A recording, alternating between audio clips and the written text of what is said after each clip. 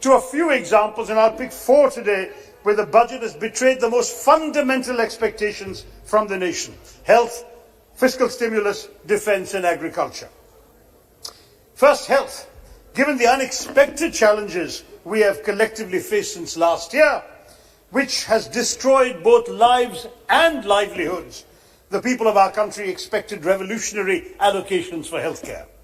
While thanks to the countless sacrifices of our healthcare warriors, our frontline workers, researchers, scientists, doctors, we are now in a position where the light may finally be visible at the end of the tunnel, but the budget has delivered a blow to our hopes of expanding and developing the healthcare ecosystem of our country. Sadly, the government, in its peculiar wisdom, has chosen the path of deception rather than mature governance. We all initially praised the Finance Minister's declaration of a 137% increase in the healthcare budget, which included big-ticket schemes like the Pradhan Mantri Atmanirbhar Swasthya Yojana, for Swasthya Bharat Yojana, 64,000 crores, a total outlay of 2,23,000 crores in this budget year compared to 94,000 in the last one, a substantial increase. But when we turn to the annex, as instructed by our own Finance Minister, the deception lying in store was breathtaking. Out of these claimed allocations, 35,000 crores is just a one-time expenditure for the ongoing COVID-19 vaccination program. Another 60,000 crores actually for the department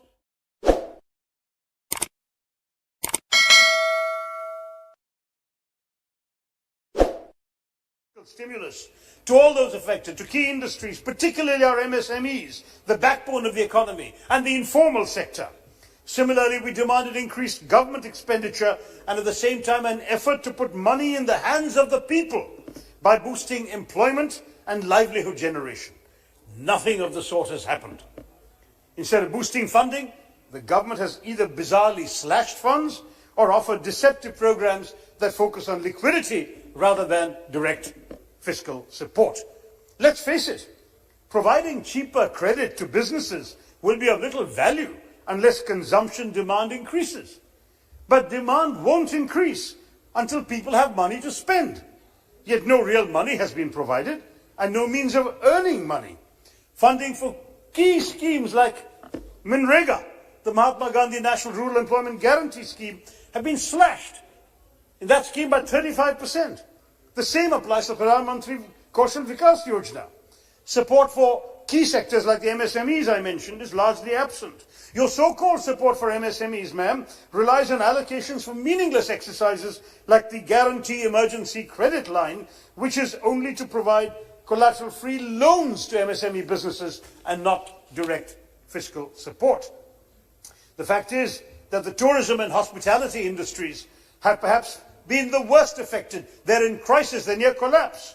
But your budget, instead of coming to their rescue, has instead simply slashed the overall allocation of funds to this sector by 19%. In fact, if you look at the revised estimates for the year, they've slashed them by 45%.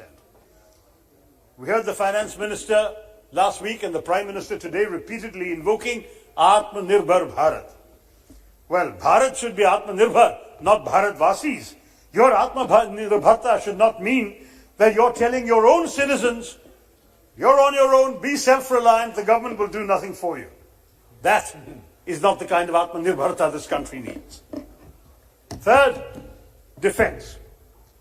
The deceptive announcements in healthcare were complemented by a complete inability of this government to walk the talk in matters of national security and defence, especially given the unexpected clashes with China over the course of last year, that no doubt caught our own government by surprise, perhaps given how very much they had hyped the PM's purported rapport with his Chinese counterpart.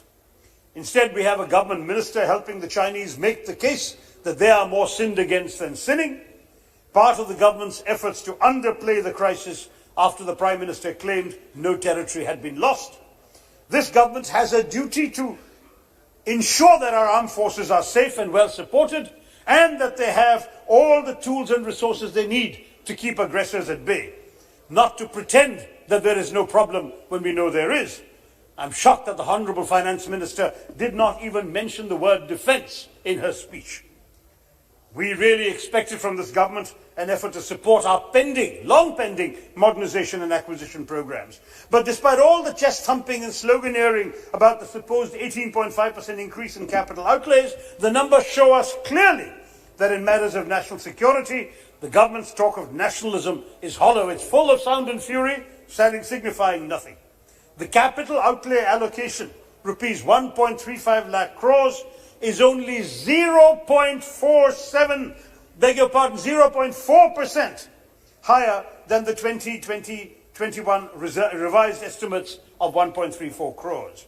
Just the previous year, before Galwan, the Defence Committee of this Parliament had recommended a 35% increase. Where is 35% and where is 0.4%? Despite all the deafening proclamations by its members, this government, even in the face of such grave threats as we're facing now, has kept the proportion of capital expenditure to the overall defence budget at 25%, far smaller compared to the UPA era, because our government consistently had it at 30 to 32%. It's a matter of shame for all members of this House that we have a government that has repeatedly proven incapable of offering any considerable financial support to our armed forces at a time when the threat of a two-front war has grown dramatically. To use one of their favourite words, this is truly anti-national. Fourth example, Mr. Chairman, agriculture. In these last few months, with rising agricultural distress, compounded by the undemocratic passage of 3 farm bills with widespread adverse ramifications for the agrarian economy, we have witnessed nationwide protests by farmer groups whose very survival is at stake. Even as the government, in their obduracy, failed to engage constructively with the farmers, one hoped that at least the budget would take cognizance of their distress and offer tangible measures to address and alleviate their current plight. No such luck here in this budget. Shastri ji gave us the slogan, Jai Jawan, Jai Kisan. Modi ji's contribution to this budget is Na Jawan, Na Kisan. Now we must recognize that the current nationwide protests led by peaceful farmers who've been unconscionably sidelined by the undemocratic farm bills reflects only the tipping point. But the rot in the sector has been prevalent for a long time thanks to this government's myopic approach, which continues in the current budget. The overall budget of the department saw a minuscule increase of 5% from last year's revised estimates, but was 8% below the budget allocated last year. Similarly, despite the government's assurances, the budget does little to assuage the fear of the farmers regarding MSP. The two schemes that ensure MSP, Market Intervention Scheme and Price Support Scheme, and Pradhan Mantri Annadata Aay Sanrakshan Yojana, have witnessed consecutive reductions in the last 2 years, leading to a 20 to 25% cut in this year's budget. I heard the Prime Minister mention MSP. I didn't hear him mention a quarter of the budget for it has been cut. Much was made by this government about the flagship PM Kisan scheme just before the elections, as you may remember. But despite being one of the major direct cash transfer schemes, and therefore in direct need of a rise in allocation, the scheme has witnessed a 10,000 crore rupee drop of 13%, in other words, in its allocation. The disbursal amount of 6,000 crores under 6,000